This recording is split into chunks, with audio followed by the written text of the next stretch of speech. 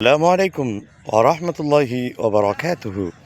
உங்கள் அனைவரின் மீதும் ஏக இறைவனின் சாந்தியும் சமாதானமும் உண்டாகட்டுமாக. சிந்தனைக்கு சில மணித்துளிகள். அன்பு உறவுகளே, செல்போன் ஒழுக்கங்கள் எனக்கும் உங்களுக்கும் மிகுந்த பயனுள்ளதாக இருந்து கொண்டிருக்கிறது என்பதை நட்பு வட்டாரங்கள் மூலமாக பல செய்திகளை நாம் அறிய முடிகிறது. உண்மைதானே? நம்மை அறியாமல் இப்படித்தான் நடந்து கொண்டோமோ என்று புரியாமல், விபரம் தெரியாமல் இந்த செல்போனின் மூலமாக பலர்களை காயப்படுத்தி கொண்டிருக்கிறார்கள். இது உண்மைதான். இதை களையும் விதமாக ஒரு முக்கியத்துவத்தை தருவதுதான், ஒரு விழிப்புணர்வை ஏற்படுத்துவதுதான் இதனுடைய நோக்கம். ஒரு செல் பல விபரீத செயல்களை, விபரீத தவறான எண்ணங்களை மற்றவர்களுடைய உள்ளத்திலே தோற்றுவிக்கிறது. ஒரு 2 பேர் பேசிகிட்டு இருக்காங்க. நட்பு வட்டாரங்களுக்குள் அதிகமாக 3வது நபர்களை பற்றி தானே பேசுவார்கள். அதில் ஒருத்தர் சொல்கிறாரு, இவர் ரொம்ப பெருமைக்காரர் அப்படின்னு சொல்கிறார். நான் தூரத்திலிருந்து அதை கேட்டுட்டு இருந்தேன். ஒரு தேநீர் கடையில், ஒரு பெரிய தேநீர் கடையில். இது கூடுமா, இது கூடாதான்லாம் இல்லை. நல்லவைகள் எத்திசையில் இருந்து வந்தாலும் அதை எடுத்துக்கொள்ள வேண்டியது ஒரு மூமினின் கடமை அல்லவா?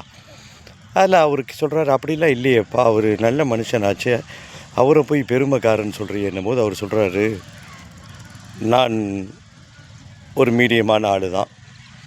அவர் கொஞ்சம் வசதியாக இருக்கிறாரு. பல தடவை அவர் ஃபோன் பண்ணியிருக்கிறாரு. நான் கொஞ்சம் தாமதமாக எடுக்கும் பொழுதெல்லாம் என்னிடத்தில் அவர் கேட்பார், ஏன் முன்னாடியே எடுத்தா என்ன அப்படின்னு கேட்பார். ஒரு வேலையின் காரணமாக நான் ஒரு 1/2 மணி நேரம் 1 மணி நேரம் கழித்து எடுப்பேன். அவர் கேட்பார். அதே நேரத்தில் நான் ஃபோன் பண்ணுகின்ற பொழுது பல நேரங்களில் அவர் எடுத்ததில்லை. எடுத்து பிறகு என்னுடைய கால் வந்திருக்குன்னு அவர் பார்த்து என்னை கூப்பிட்டதும் இல்லை, அதை நான் கேட்டதும் இல்லை. ஆனால் அவர் அப்படி நடந்து கொள்ளும் பொழுது அது வினாவாக எழுப்பப்படுகிறது. நான் அப்படி கொஞ்சம் சரியாக நடந்து கொள்ளும் பொழுது என் மீது குற்றம் சுமத்தப்படுகிறது. இதுதாங்க இன்றைக்கு பலர்களுடைய நிலை.